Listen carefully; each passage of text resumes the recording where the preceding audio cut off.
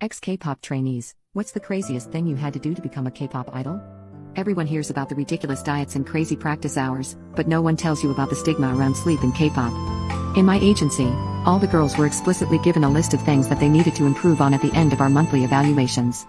Basically, the instructors would say, your dance needs the most work, then your rap, then your facial expressions, then you should focus on doing these exercises to build this muscle group on your body, and then work on increasing your vocal range, and so on.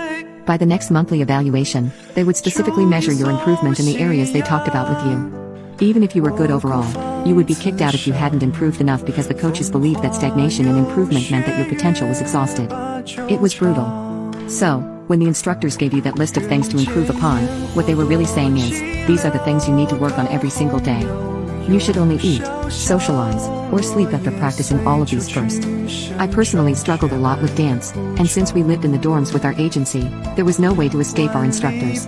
If my dance instructor ever saw me eating, she would ask me if I had already practiced a few hours that day. Sometimes she made me stop eating my food and do footwork in front of everyone to test me. The worst part was sleep.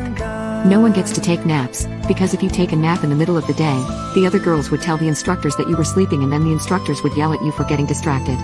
The perfect day according to the agency was to spend 2 hours on every single thing we were told to improve upon at the previous monthly examination, and sleep only at the end, which usually meant we could get 2 to 3 hours of sleep maximum. The idols you see today are the ones who managed to survive through it. I was never more relieved than when I was finally kicked out.